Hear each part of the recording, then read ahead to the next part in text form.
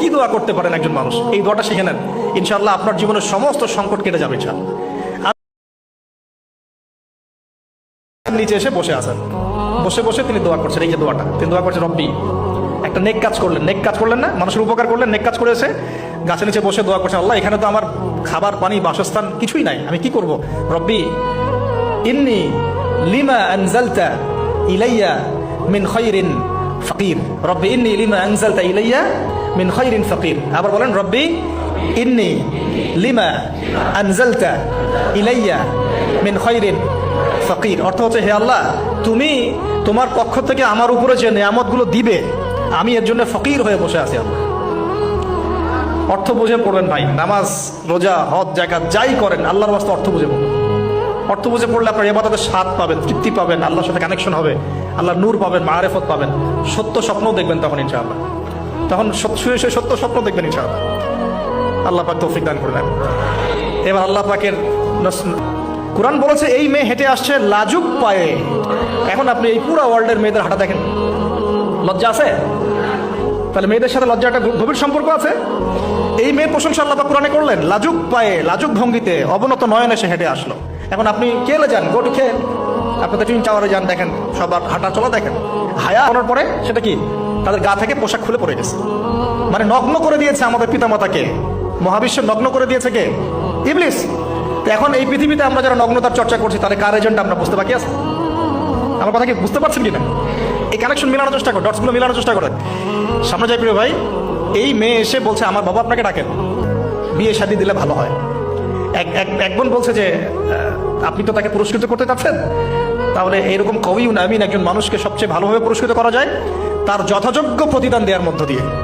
তো মেয়ের ইশারা বাবা বুঝেছেন, তিনি নিজের এক মেয়ের সাথে মুসা আলাইহিস সালাম বিয়ে দিলেন, সুবহানাল্লাহ। তবে শর্ত দিলেন, দেন মোহর কি? মোহর তো নাই। মোহর কি এবার? মোহর হচ্ছে 8 বছর তোমাকে আমার ফার্মে কাজ করতে হবে। এটা আগেকার একটা স্টাইল ছিল, সুন্নাহ। এটা এখন নাই যদিও, আগে এরকম ছিল যে দেনমোহর দেওয়ার জন্য এই একটা পদ্ধতি ছিল। যেমন ইয়াকুব আলাইহিস সালামের ক্ষেত্রে এরকম 7 বছরের কথা আসছে, তিনি 7 বছর তার শ্বশুরের ফার্মে কাজ করেছেন। এটা নতুন ছিল না ওই সময়, এটা কমন ছিল।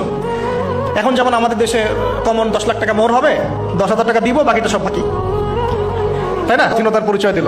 আবার এদিকে শ্বশুরের কাছে মাশাআল্লাহ মোটা অঙ্কের ডোনেশন নিতে চাচ্ছে, যৌতুক। বিয়ে আমাদের ওখানে মাশাআল্লাহ মানে কেনা বেচা, মেয়ে বিক্রি করতেছে আর ছেলে কিনতেছে। এবার 8 বছর পূর্ণ করা হলো, তিনি আরো 2 বছর 10 বছর পূর্ণ করলেন। এই 10 বছরে মুসা আলাইহিস সালাম নবী পরিবেশ পেলেন, অভিভাবক পেলেন, স্ত্রী পেলেন, প্রেমময়ী সন্তান ইত্যাদি সবকিছু। এবার আল্লাহ রাব্বুল আলামিন তাকে মিশরের দিকে যাওয়ার যে সময় তখন হয়ে গেছে, 10 বছর হয়েছে, মিশরে যেতে হবে। যাওয়ার পথে স্ত্রীর প্রসব বেদনা উঠেছে। তখন মুসা আলাইহিস সালাম আগুন খুঁজছেন। আগুন কি খুঁজছেন ভাই? আগুন খুঁজতে তুর পাহাড়ের ওখানে গিয়ে দেখছেন যে আগুন গাছে জ্বলছে, সবুজ পাতার উপরে আগুন। তিনি অবাক। এই সময় আওয়াজ আসলো, বিসমিল্লাহির রহমানির রহিম, ইন্নী আনা রাব্বুক ফাখলা'না আলাইক ইন্নাকা বিল ওয়াদিল মুকদ্দাস তুয়া। মুসা, আওয়াজ চতুর্দিক থেকে ভেসে আসলো। মহান আল্লাহ রাব্বুল আলামিন তার শান অনুযায়ী, তার ইজ্জত অনুযায়ী তিনি যেভাবে কথা বলেন সেভাবে মুসা আলাইহিস সালামের সাথে কথা বললেন। আল্লাহু আকবার। বললেন, ইয়া মুসা, হে মুসা, ইন্নানি আনা আল্লাহ, নিশ্চয় আমি আল্লাহ, লা ইলাহা ইল্লা আনা, আমি ছাড়া কোনো ইলাহ নাই, ফা'বুদনি, তুমি আমার ইবাদত করো, ওয়া আকিমিস সালাতা লিযিকরি, আমার ইবাদতের জন্য সালাত কায়েম করো, আমার জিকিরের জন্য সালাত কায়েম করো, আমার স্মরণের জন্য সালাত কায়েম করো। ফাখলা'না আলাইক, তোমার জুতা খুলে ফেলো, ইন্নাকা বিল ওয়াদিল মুকদ্দাস তুয়া, তুমি তুয়া উপত্যকায় আছো, পবিত্র তুয়া উপত্যকায় আছো। আদব শেখানো হলো। এভাবে অনেক কথোপকথন হলো। নবী মুসা আলাইহিস সালাম ভয় পেয়ে গেলেন এবং আল্লাহ পাক আরো কথা বললেন, ওয়ামা তিলকা বিয়ালা গনামি ওয়ালিয়া ফিহা মাআরিব উখরা, এটা তো আমার লাঠি, এটা দিয়ে আমি ডালপালা পারি, আমার ওই যে গবাদি পশু চড়াই। আল্লাহ পাক বলেন যে ছুঁড়ে মারো, আলকিহা ইয়া মুসা, এটা ছুঁড়ে মারো। ফালকাহা, তিনি ছুঁড়ে মারলেন, ফাইদা হিয়া হাইয়াতুন তাসা, এবং এটা ছোটাছুটি শুরু করলো, বড় একটা সাপ হয়ে গেল। সুবহানাল্লাহ। এগুলো কোনো গাল গল্প নয়, এগুলো আল্লাহ রাব্বুল আলামিনের মুআজিজা, মুআজিজাতুল কুবরা, এটা বড় মুআজিজা। তিনি পিছনের দিকে দৌড়ানো শুরু করলেন সাপ দেখে, খাইফা ইয়াতারাক্কাব, মানে ভয়ে দৌড়ানো শুরু করলেন।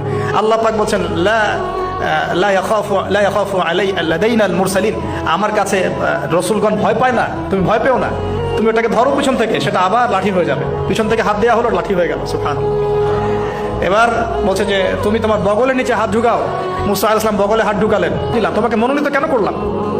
কেন তোমাকে মনোনীত করলাম? মুসা, তোমার কাজটা কি? তোমার কাজ এখন এটা, ইযহাব ইলা ফিরআউনা ইন্নাহু তাগা, তুমি ফিরআউনের কাছে যাও, ফিরআউন সীমা লঙ্ঘন করেছে।